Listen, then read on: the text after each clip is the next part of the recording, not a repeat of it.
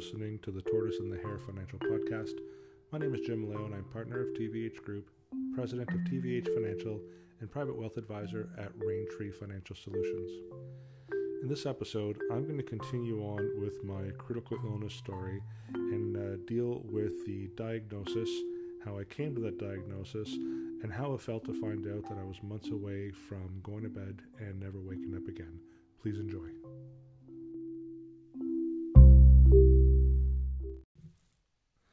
So it's been quite interesting as I think through last year and what I went through starting in January of 2019 and looking forward to ending that year and starting fresh in 2020.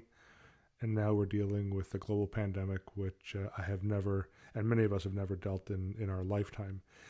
So it's been quite an interesting journey as I'm trying to remember and recall some of the feelings, some of the thoughts that I went through last year. And today I'm going to go through my diagnosis and how I arrived to that diagnosis. So I'll take you to January of 2019. That's when my wife Carol and I went to the Ajax Hospital. We had a scheduled appointment to go through a cardio CT scan. And what the cardio CT scan is you go through the CT machine, and there's two steps to it. And this is what the nurse was, or the technician was explaining to both Carol and I. So step one was they were going to take an image of my chest, and really what they wanted to see was if there was any significant calcium buildup on the outside of my arteries. And the reason why they wanted to see that was if there was too much calcium buildup, which can be quite dangerous as well, they wouldn't be able to see the low radiation dye that they would inject, which was stage 2 of the test. So we went through this explanation as I was getting ready. Carol and I are kind of sitting there waiting. And, at this point, my level of concern wasn't quite high. I was still fairly confident that they weren't going to find anything of significance. They finally called me in. And I don't know if you've ever been into a CT room before with a big CT scanner machine. It can be intimidating the first time around for sure. I had been in one a few times before, so I kind of knew what I was getting myself into, but it was still a little bit of intimidating. So once again, as they're prepping me, they're letting me know what the two steps were. And they did say that from time to time, on occasion, if there's too much calcium buildup, they stop the test at that point because, again, there's no point in injecting any radiation in your body if there's no need for it, because they wouldn't be able to see what they needed to see. So I'm laying on the bench in the machine, and it's quite loud. And so they put me in and they start the process, and I can hear everything all firing up and everything, and trying to listen for my instructions. And of course I had to remain quite still. Well, within a few minutes the machine stops, and I'm waiting for them to come out and get me ready for the next stage. And the technician announces that we were done. And she had said, remember when I had said if there was too much calcium buildup, which happens from time to time, that we wouldn't proceed to the second stage. Well, she said that I had a lot of calcium buildup, and they just wouldn't be able to see any of the dye had they injected it. So they cleaned me up and asked me to go back to the waiting room where Carol was, and they were going to bring in the department's cardiologist to speak with me. I walk out. Carol was in the waiting room reading her book, and she looks up, and I remember trying to tell her what had just happened, but it kind of sounded to me like, in the Charlie Brown episodes when the adults were speaking and all you heard was wah, wah, wah, wah, wah, wah. That's kind of what I heard as I was saying to her what had just happened. And in looking at her face, I don't think she really understood what I was saying. I think she kind of zoned out as well. So I repeated myself, took a deep breath, and I said, I didn't pass stage 1 because apparently there's too much calcium buildup, and we need to wait here for the cardiologist to speak with them to see what happens next. And I could see that her level of concern definitely went up as my level of concern also went up. So I change and I wait for the cardiologist, and she basically said to me that, again, they couldn't see the dye because of the calcium buildup, and then I had to go back to my cardiologist to discuss my options and next steps. So you can imagine that was quite concerning because, again, I didn't really know what that meant, having calcium buildup in your arteries. And, I did what every person would do. I went home and Googled it, and probably the worst thing to do, because that freaked me out. And, of course, it talks about all these potential situations, and, not good. So all we could do was wait for my cardiologist's office to call with the appointment. Finally had the appointment. I believe the appointment was in February, like within a couple of weeks of the results or the test. And this time, for the first time, Carol came with me and sat down with my cardiologist. Up until that point, there was really no need for her to come with me to those appointments because, again, it was standard stress tests, ECGs, nothing major. But this time she wanted to know, and rightfully so. So we sat there, and of course, cardiologist went through the results, indicated that yes, I had a lot of calcium buildup, but he still didn't think that I needed to do anything beyond that point. He said, just because there's calcium buildup on the outside of the arteries, it doesn't necessarily mean that there's any form of blockages on the inside of the arteries. And again, I think he came from a position of seeing all my other results and everything else came back normal. So he had said, at this point, I'm okay with stopping right now and not pursuing this any further. He said, however, if you would like me to go in and to see with my own eyes, we could do an angiogram. He said, I don't think it's necessary, but if it's something you would like me to do, I would not say no to that either. And of course, you start asking questions on, the risk factors on having, a test like that done. And, he went through the risk factors, basically said, in my case, he figured that he wasn't going to find really anything of significance inside the arteries. So it'd be about a 2-day recovery. He did indicate that, if he had found a small blockage, that he would perform a stent or put in a stent, and that would require about a 2-week recovery time. He did say that on rare occasion, if there was some major blockages, that I would then be referred to a downtown hospital for a bypass. But he said that most likely wasn't going to be the case for me. He felt that I was going to be clear. And, I looked at Carol, and really there was no discussion. I said, we've come this far.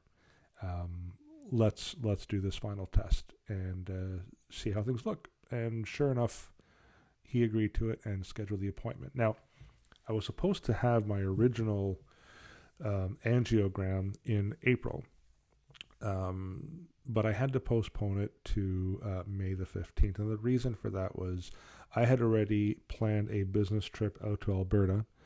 And what I was told was that if he did have to put in a stent, that I wouldn't be able to fly for about a month. And the angiogram was scheduled for about mid-April. So I didn't want to miss out on that business trip. So I said, you know what, I'll do it when I get back. And sure enough, that's what we did. So, we went home. A little concerned, I'd say yes, a little concerned, but still not really quite understanding what was happening, because ultimately he was quite confident that there wasn't anything of significance happening with me. And because he felt that way, and because I didn't really feel anything of significance happening, and because the test results kept coming back, negative, that I felt, okay, this is just, we're going to go in, and that way our minds are at ease, and we can move on from this time in our lives. So now it's May 15th. And May 15th, I had to be at the hospital for 6:30 that morning. I was going to be one of the first ones to have this angiogram performed. And Carol and I again are sitting in the waiting room. I'm ready in my wonderful hospital gown, and the cardiologist comes out, and he said, kind of explained what was going to happen, and again was quite confident that he wasn't going to find anything. He said, "Jim, we're going to be in there for a few minutes. I'm just going to go in quickly, and then we'll stitch you up, and you'll be good to go, and just rest up for a couple of days." So I walk into the room. Again, quite confident things are going to go well. He was quite confident. And I don't know if you know, with an angiogram, you're actually awake during the procedure. And what they do is they slit a little hole into your wrist, and they feed, I guess, like a camera, I think it is, or some kind of wire mechanism, up into your main artery, into your towards your heart. And then once they get there, that's when they inject a dye so they can kind of see the flow and see what's going on. So I'm awake, laying there. I can hear, some commotion and stuff. And I didn't know that he had slit the wrist. I guess it was numb enough. And all of a sudden he's in. I can tell he's in because I can kind of feel it actually snaking up my right arm. It was kind of weird, actually. And, within a few minutes, all of a sudden I hear the cardiologist yell out, "Wow, I didn't expect to find that. Stop the test right now." Well, you can imagine. I was a little concerned to hear the cardiologist say that as he's looking at my arteries. And I roll over and said, "Doc, that didn't sound too good. What's going on?" And he said, "Well, let's get you all cleaned up, and I will go out and speak with both you and your wife about this." So, of course, my level of concern now has started to creep up again. And I walk out, and Carol's looking at me. She could tell that, I wasn't the typical happy, cheerful self. And she's like, "Are you okay?" And I said, "Well, he found something. I don't know what he found yet, and he wants to talk to you and me about it." So he came out and he sat down with me. He says, "Yeah, you know how I said I wouldn't find anything?" And I said, "Yes." And he said, "Well, I found 5 major blockages in 3 of your arteries. My one artery had 2 blockages at 60 and 70%. My second artery had an 80% blockage. And my third artery had 2 blockages, one at 50% and one at 90%. He looked at me and he said, "You need bypass surgery right away." And of course, my level of concern and Carol's levels of concern shot right up. Right away, he prescribed, I believe it's called nitroglycerin. So if you have chest pain for whatever reason, which I'd never have, but he said, keep this with you at all times. And then he prescribed blood pressure medicine to slower my heart rate.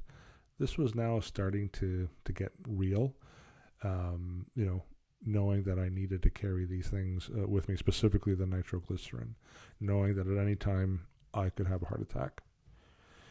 So he stepped away, said, "I'm going to be back in a few minutes." He stepped away and he came back and he said, "I've referred you to a cardiac surgeon at St. Michael's Hospital," which is quite ironic because that was a hospital that I was born in.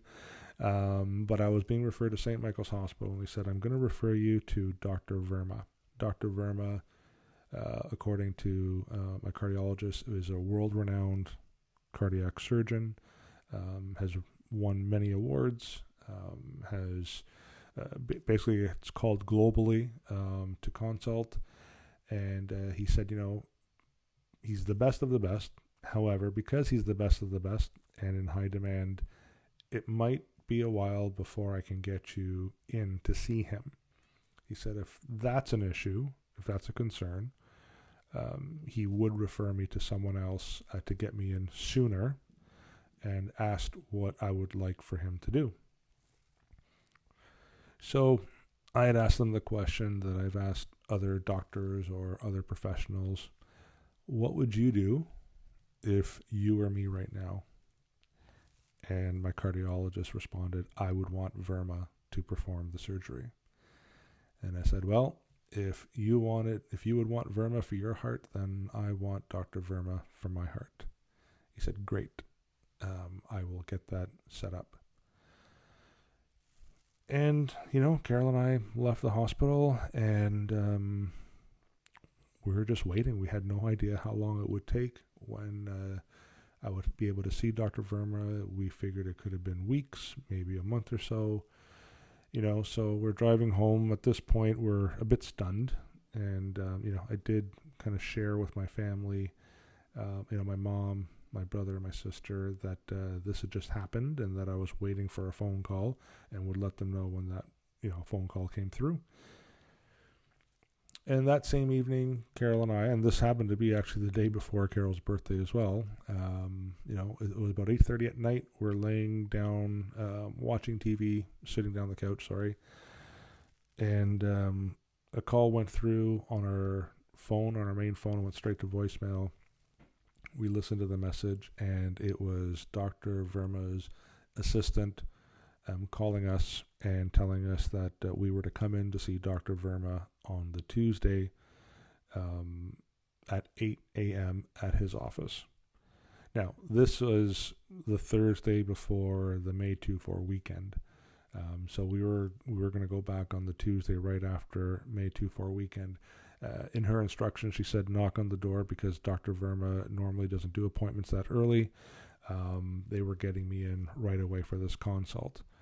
Apparently, I'd found out that my cardiologist, after we had left, contacted Dr. Verma directly himself and called in a favor, which was nice of him. And I think my cardiologist's level of concern shot up significantly after he saw what he saw. So needless to say, that was a very long weekend.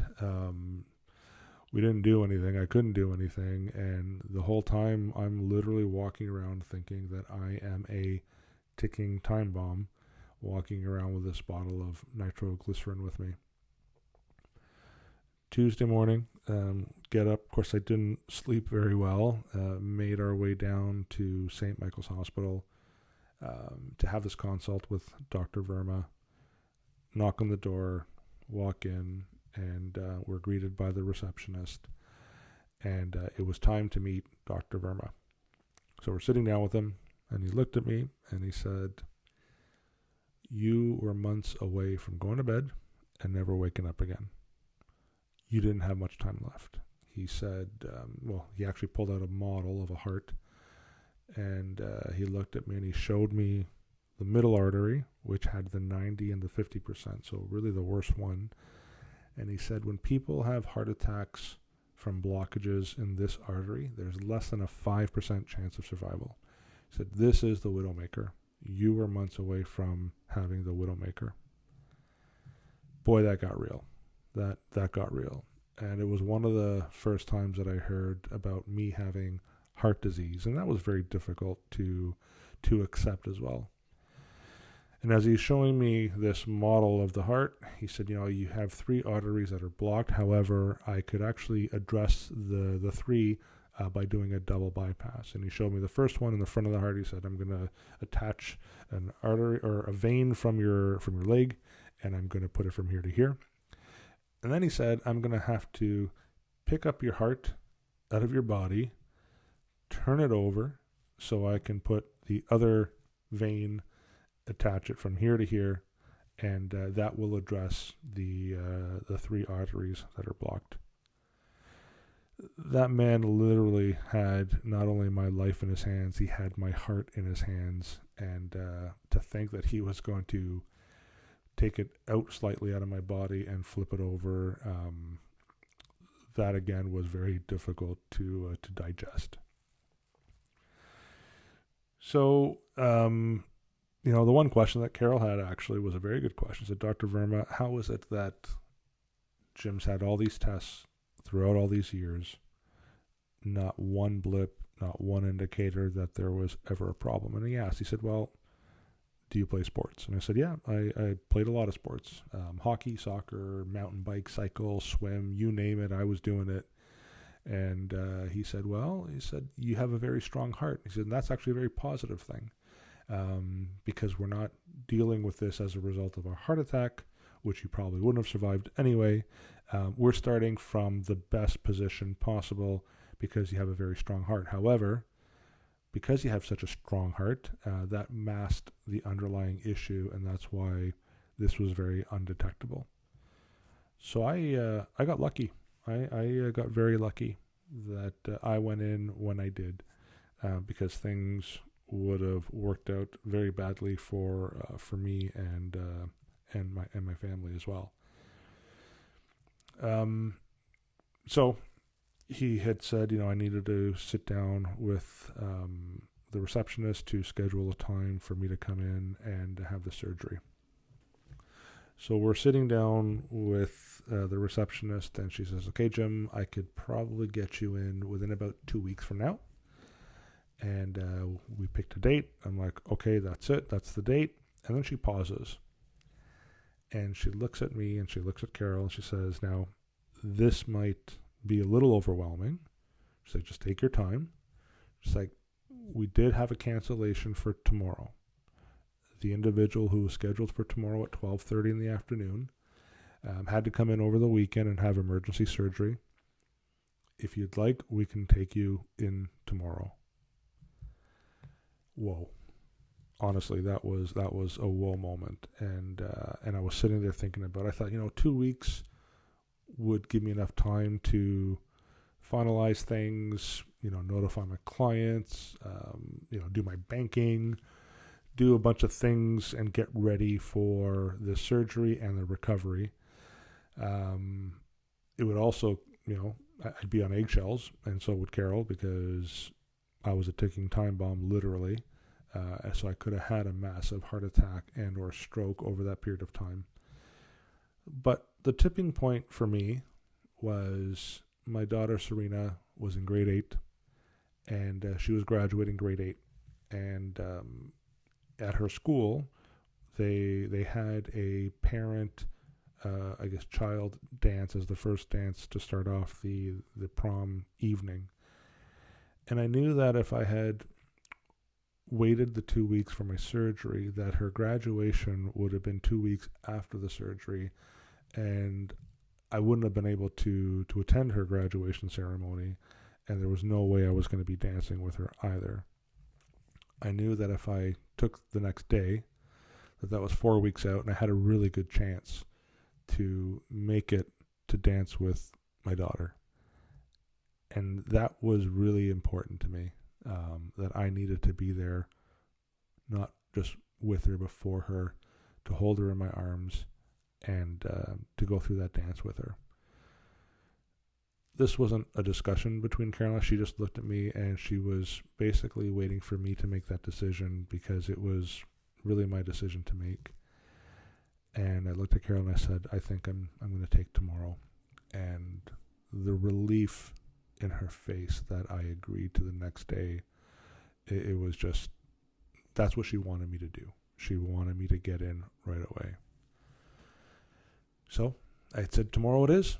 And all of a sudden, our world just went upside down in a matter of hours. We were down at St. Michael's Hospital. I live 100 kilometers away from the hospital.